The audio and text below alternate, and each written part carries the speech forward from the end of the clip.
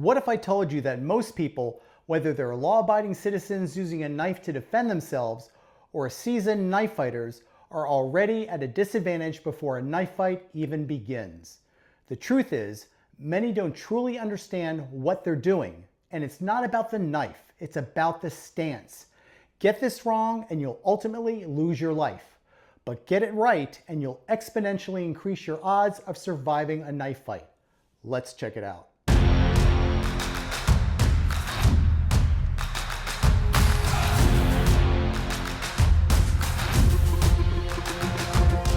In this video, I'm revealing my unique knife fighting stance taught exclusively in my contemporary fighting arts system.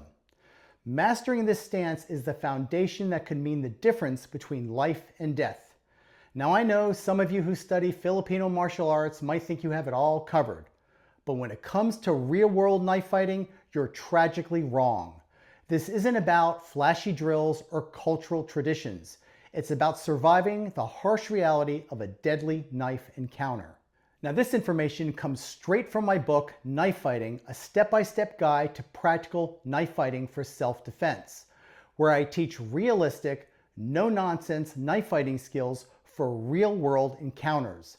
This book covers everything you need to know about knife fighting, from knife selection to grips to stances, footwork, targeting, strategies, and so much more. If you'd like to check it out, I'll put a link in the description down below. Now, before we get into the details of knife fighting, let me make something perfectly clear. You should avoid a knife fight at all costs. Even if you're armed with a knife, the decision to engage should only be a last resort. Knife fighting is brutal, chaotic, and leaves no room for mistakes. If there's any chance to escape or de-escalate, take it. Your first priority should always be survival, not combat. And there's an old saying, the worst case scenario in a knife fight is you die. The best case scenario is you go to prison. This serves as a sobering reminder that the decision to use a knife for self-defense must come only after all means of avoiding violence have been exhausted.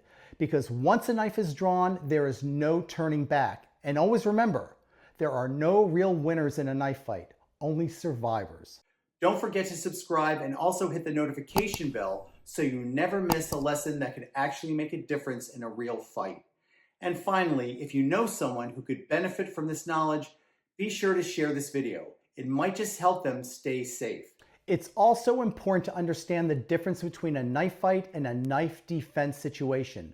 A knife fight means both you and your adversary are armed with edged weapons and you're squared off against each other. Knife defense, on the other hand, means you're unarmed and your attacker has a knife. These are drastically different scenarios that require entirely different approaches, yet far too many people confuse the two.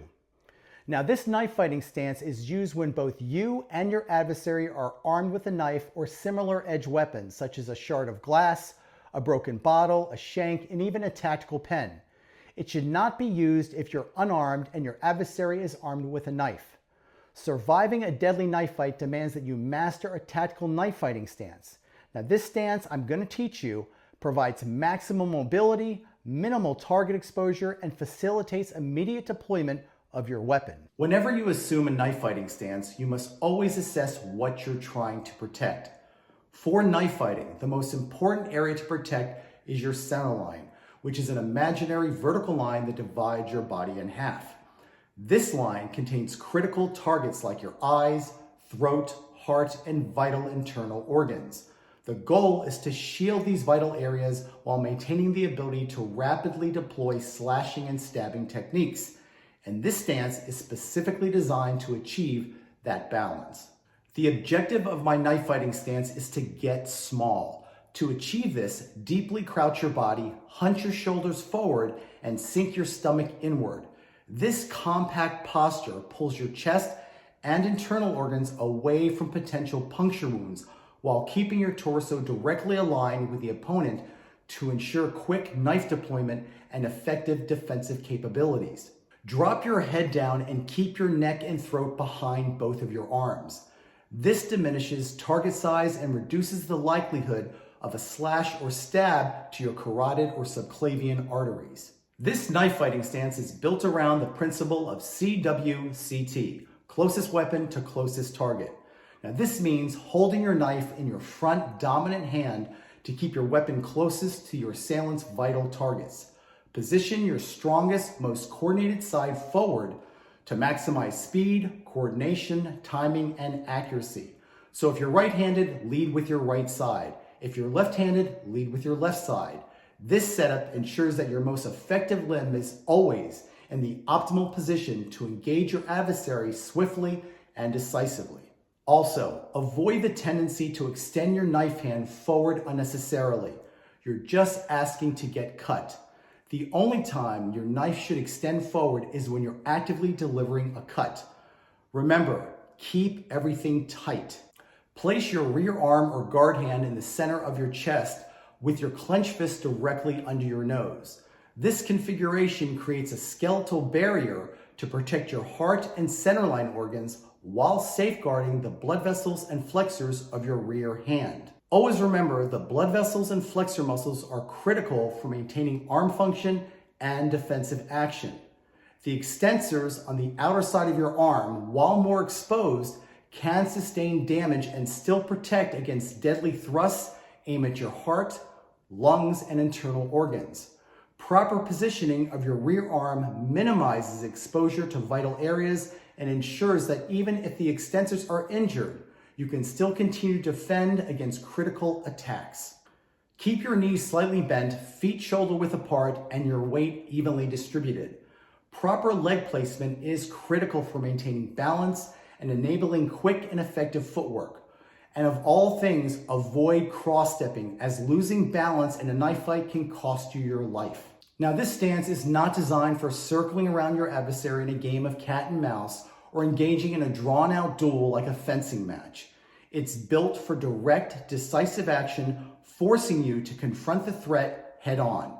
It demands a very aggressive mindset, one that compels you to step into the fire with controlled precision and overwhelming intent. When the stakes are life and death, hesitation simply is not an option during a knife fight. Now that you understand the knife fighting stance, it's time to make it second nature. Start by practicing this stance in front of a mirror while holding a training knife to ensure proper form. Pay very close attention to your posture, arm positions, and overall compactness. Begin by assuming the stance 10 times in a row, holding it for 10 to 15 seconds each time to build muscle memory. Gradually work your way up to 25 repetitions per session and aim to practice at least 3 times per week. As you improve, start to incorporate movements like stepping forward, backward, and laterally while maintaining the stance. Constantly refer back to this video to check for any mistakes or errors in your form as you practice. Now, the goal for this stance is to become instinctual, something you can assume instantly without hesitation and under stress. Consistent practice combined with regular reviews of this instruction will ensure you're prepared for real-world situations. Mastering the knife fighting stance is just the beginning of your journey. It's the foundation upon which your skills are built, but it won't stop there. In future videos, I'll cover advanced techniques like quick draw skills, anatomical targeting, cutting techniques, strategic engagement, and lots of speed drills to help you survive and dominate a real-world encounter. So if you found this video valuable, make sure to subscribe and hit the notification bell so you don't miss a single lesson. Remember, knife fighting isn't about flashy moves or following some cultural tradition.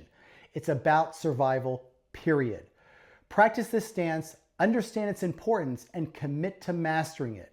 Because when it comes to real-world knife encounters, preparation and skill are the only things standing between life and death. Stay sharp, stay safe, and I'll see you at the next video.